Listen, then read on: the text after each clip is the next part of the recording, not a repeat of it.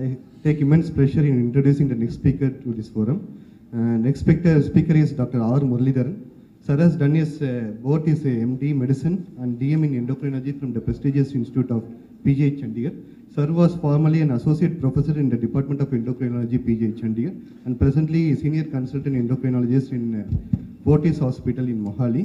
And I happened to do both my MD and DM in PGH Chandigarh, and I never used to miss his speeches in Chandigarh. Sir is a well-known senior endocrinologist. You can see him in all of the national forum, and he is well known for his debates and his clarity in talk. With this, I invite Sir to carry on. Thank you, sir. Snatching away this topic from Shashank and giving it to me, because it's always a pleasure to talk on a subject of such importance, even though I don't have any conflict of interest. So in case I missed some last slides, I outlined the key points in the first slide itself. Studies in natural animal models and recent human data have explored the neurobiology of pair bonding and love. There is a central role for oxytocin and vasopressin in concert with dopaminergic reward pathways in the brain, and this has emerged from both animal and human studies.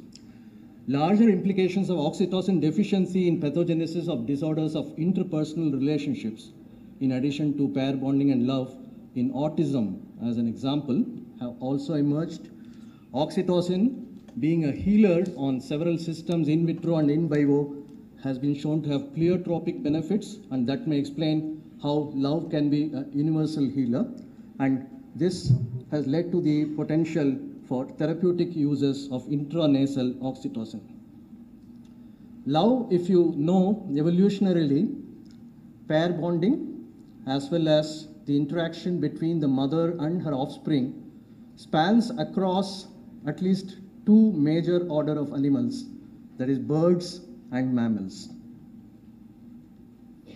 As far as love in humans is concerned, it's part of what is called an adult attachment system, where we can classify it into at least three major types: maternal love, romantic love, and filial love, that is love between or among friends.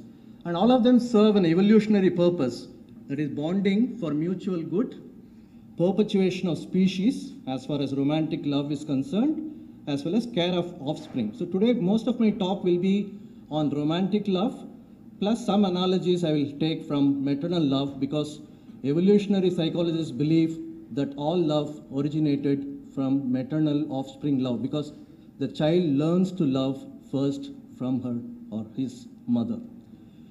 As far as this debate, whether humans are naturally monogamous or they are naturally polygamous, I will leave it to the audience.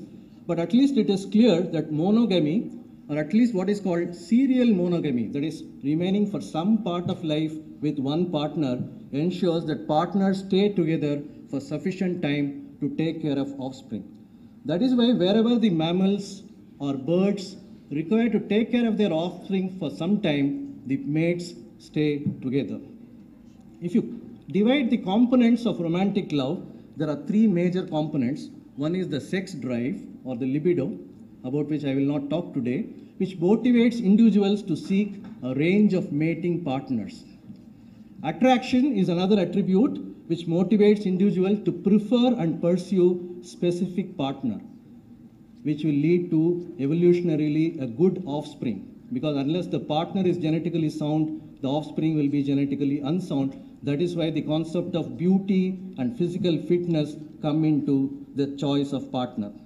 And attachment is something which goes beyond all this, which motivates individuals to remain together long enough to complete species-specific parenting duties. Here, romantic love has taken its roots from animal courtship behavior, where there is increased energy, focused attention, obsessive following, affiliative gesturing, possessive mate guarding, and motivation to win a preferred mating partner, and all of which have endocrine and neuroendocrine role. And the impetus to research in this area was generated by knowledge gained from natural animal models, what are called prairie voles, which are a type of rodents found in the prairies of North America, and also scientific study of brain function in human emotions by functional magnetic resonance imaging or fMRI and PET scans. And several neuroendocrine factors have emerged in this, both in animals and humans, chief among them being oxytocin and closely related vasopressin, the dopaminergic pathways in the mesolimbic system, serotonin, cortisol, nerve growth factor, and testosterone. Oxytocin and AVP, if you look at it, are evolutionarily very closely linked. Their genes are very close together on the short arm of the chromosome 20, and both are nonopeptides with just 2 amino acids difference. Even though they have significantly different functions conventionally, they are endocrine actions arising from supraoptic and paraventricular nuclei of hypothalamus. Oxytocin causes myometrial contraction. That is why originally it was known as only a labor hormone, as well as responsible for the myoepithelial cell contraction and causing milk letdown in the nursing mother. And vasopressin, as you all know, is a hormone for water balance and BP regulation. But what is now recognized in the last decade or so is that both these agents have neurotransmitter actions far beyond their originally assigned roles. Oxytocin acts on a single receptor called the OT receptor, and vasopressin in the central nervous system acts on a V1A receptor. And this humble animal, prairie vole, gave us an insight into this fascinating aspect of what is called pair bonding or partner preference. The prairie vole is a monogamous biparental animal. It's called Microtus ochragaster. Unlike its closely linked other species called the mountain vole or meadow vole, which are non-monogamous uniparental.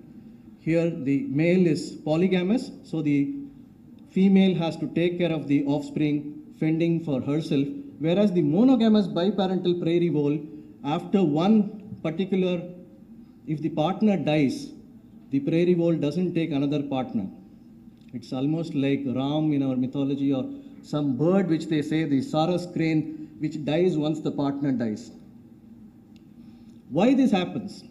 There are several neural circuitry which has been now mapped in the prairie vole by the pioneering work of Young and Wong, which was published in Nature Neuroscience in 2004. What has been recognized is immediately after mating, this area, the ventral tegmental area in the brainstem of the prairie vole is activated, and from where the dopaminergic signals go to the nucleus accumbens and the prefrontal cortex. Simultaneously, the olfactory stimuli coming from the olfactory bulb, because of pheromones which are emitting odor of the female, they go and activate the amygdala of the male. So from the amygdala, you have projections to the ventral pallidum and the lateral septum, which are mediated by vasopressinergic neurons, as well as from the prefrontal cortex to the nucleus accumbens by the oxytocin neurons. And oxytocin neurons, which are in the preoptic area and the hypothalamus, they again have projections to the amygdala medial aspect, the nucleus accumbens, as well as the prefrontal cortex. Why these areas are important is because here you have a very, very strong difference between the monogamous prairie vole and the polygamous mountain vole, which is responsible for this whole picture. If you look at the oxytocin receptors in the prairie vole, they are found in such high concentration in these areas, nucleus accumbens, central pallidum, and prefrontal cortex, whereas this is the mountain vole, which is polygamous. You hardly have any receptor in the nucleus accumbens area and some receptors in the prefrontal cortex. Look at the vasopressin receptors. The ventral pallidum is predominantly represented in the prairie vole, whereas the lateral septum has the vasopressin receptors in the polygamous mountain vole. Subsequently, when they used oxytocin antagonists in a prairie vole by injecting it into the nucleus accumbens, what they found was that the monogamous prairie vole became polygamous. So you can convert an animal by just using an antagonist to oxytocin. In the same way, when they injected the vasopressin antagonist into the ventral pallidum of prairie vole, again it became from monogamous to polygamous. It started concentrating on the other partners also. Then the social recognition was studied. That is, one male was exposed to a female in the first trial. After some time, the male was exposed to the same female, in contrast, a different female. And if you look at it, the time taken by the vole to recognize the female which it had met earlier is much shorter than the time taken to recognize the stranger female. Whereas if you produce a transgenic animal, or what is called an oxytocin knockout mouse, where you take away the oxytocin receptor, the animal, even though it had been exposed to the female earlier, now has forgotten that animal and again will treat it as a stranger animal. This is very akin to our Dushyanta forgetting Shakuntala in the Shakuntalam of Kalidasa. So probably the Dushyanta also had oxytocin deficiency. Contrast this with the meadow vole, which is polygamous. What they did, they transcribed this with a receptor for vasopressin from the prairie vole. They produced a transgenic animal where the vasopressin receptor of the prairie vole was inserted into the meadow vole, and what was found was this animal became monogamous. So again, you can change the quality of the animal from monogamous to polygamous or polygamous to monogamous by just manipulating the receptors and the hormones. So differential expression of oxytocin and vasopressin receptor in monogamous versus non-monogamous voles. Strong association with dopamine reward system has been shown. It's responsible for partner preference and bonding after mating. Blocking oxytocin as well as vasopressin in prairie voles makes them promiscuous. Expressing prairie vole V1A receptor in montane or meadow vole makes them monogamous. This is a summary. And there are differential effects in males and females. What has been shown, the main effect is on the amygdala, where oxytocin activates the GABAergic neurons in the lateral part of central nucleus of amygdala, inhibiting it, causing an anxiolytic and stress relief, predominantly in female, because if the female has to take care of the offspring, it has to remain calm and quiet. Whereas vasopressin, by its effect on medial part of amygdala, stimulatory effect, causes fear, aversive learning, and hostility to intruders to defend the partner. So this is responsible for the hostile response after mating in the male prairie vole, that is vasopressin, whereas the calm response in response to mating in the female is because of oxytocin. The dopamine-mediated reward pathways, as I already told you, are responsible for the rewarding experience of love. In this way, the same pathway is responsible for addiction to either cocaine or alcohol or any substance abuse. So that is why they call love is an addiction. It's closely linked to oxytocin and vasopressin receptor dense areas, that is nuclear accumbens, ventral tegmentum, paraventricular area, and prefrontal cortex. And D2 receptors promote pair bonding, and D1 receptors have been shown to prevent further pair bonds to maintain a monogamous state. So cooperation of dopamine and oxytocin is responsible in this particular area, because if you use an oxytocin antagonist, it prevents pair bonding induced by D2 agonist. In the same way, if you use a D2 antagonist, it blocks bonding induced by oxytocin. So they work in cooperativity. This is shown here. After mating, the dopamine levels increase in the prairie vole. And here you see both the D1 and D2 receptors, which are expressed in the nucleus accumbens, are markedly increased after mating. And once you use a D2 antagonist, the partner is no longer recognized as a mate. It is recognized as a stranger. So dopamine plays an important role in the pair bonding as well as the partner preference in voles.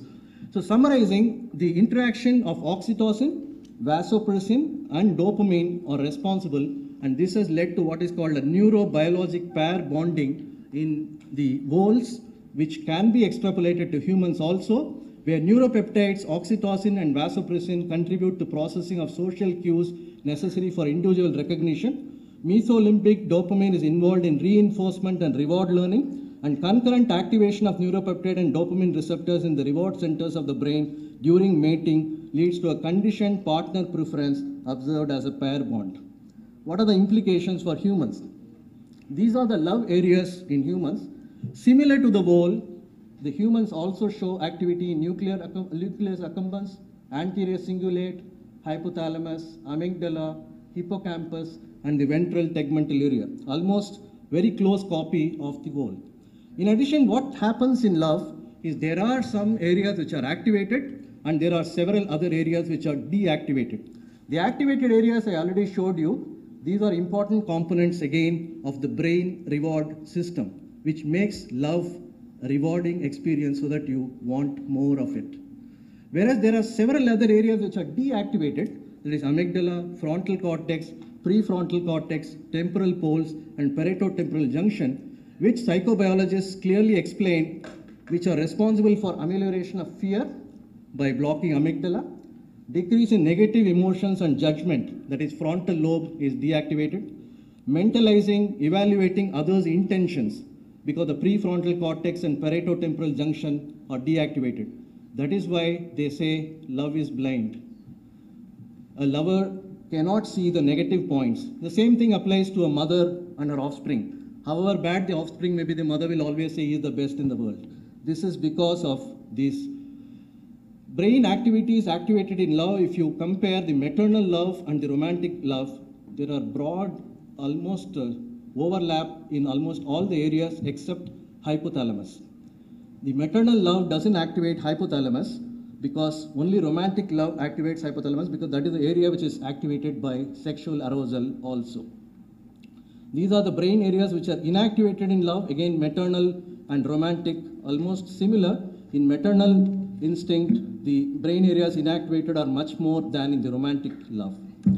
Brain areas inactivated on seeing the picture of loved partners, as I already told you, these are the areas which are responsible for judgment of people.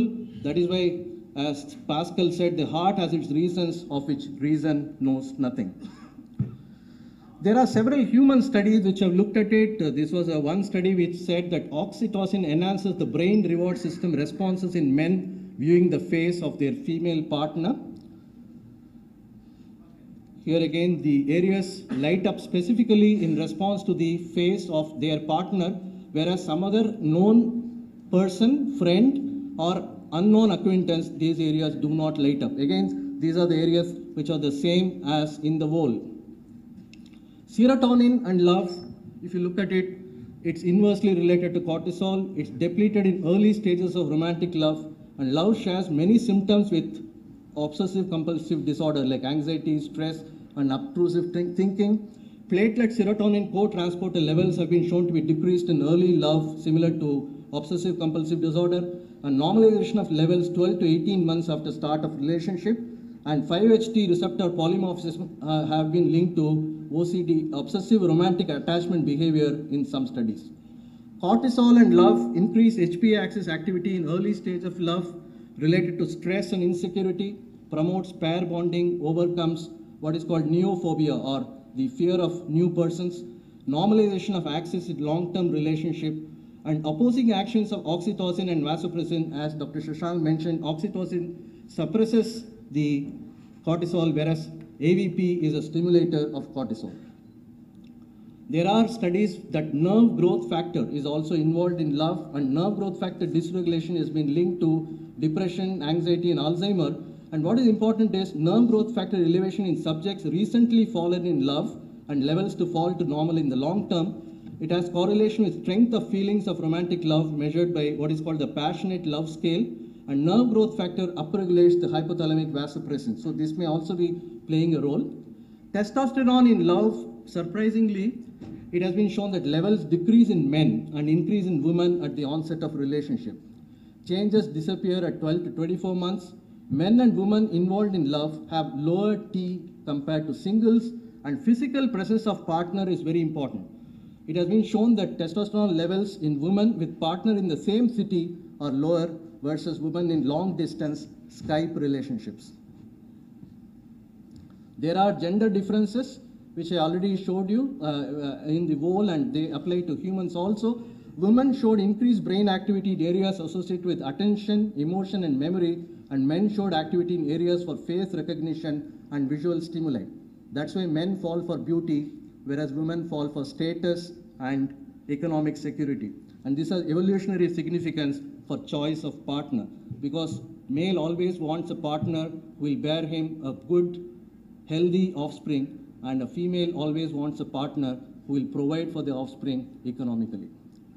There are several stages of love. I think I'll skip it. Just come to maternal and romantic love. As I already told you, the one major difference between maternal love and romantic love is the hypothalamus is activated in romantic love and sexual arousal, but not in maternal love.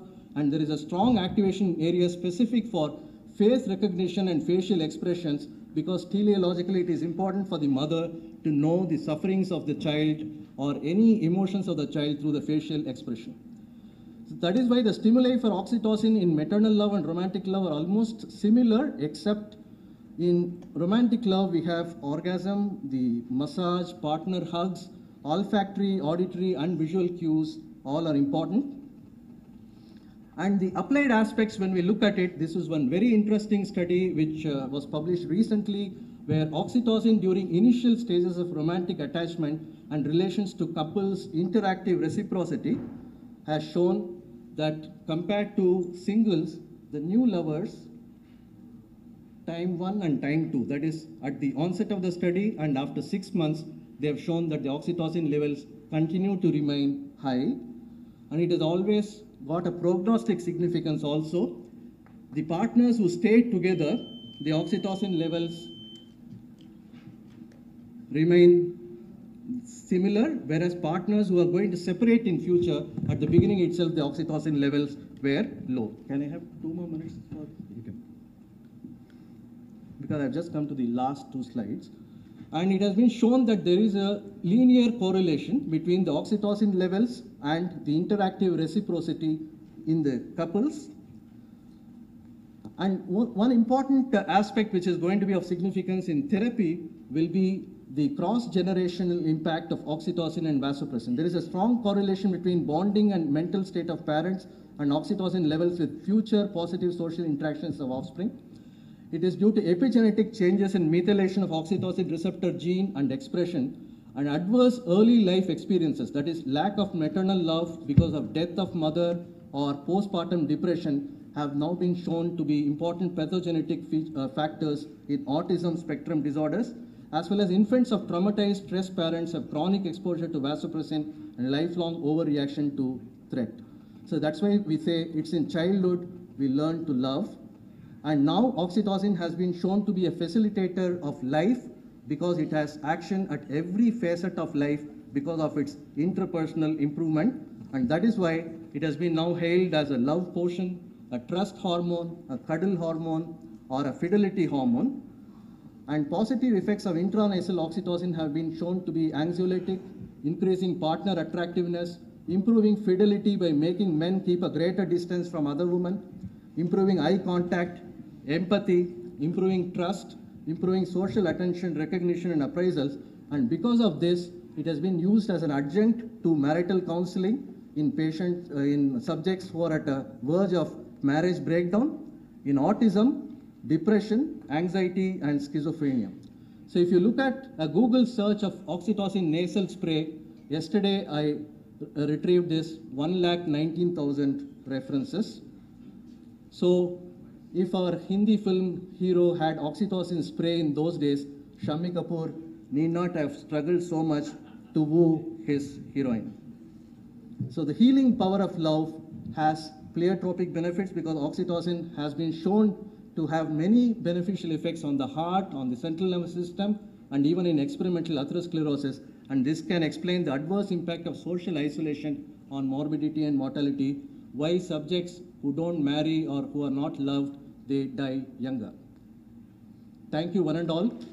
After learning about the chemistry of love, the best on-screen chemistry that I consider Raj Kapoor and Nargis, and these are for the postgraduates. Any references if you want to note down on this important topic, the recent references are shown here. Thank you.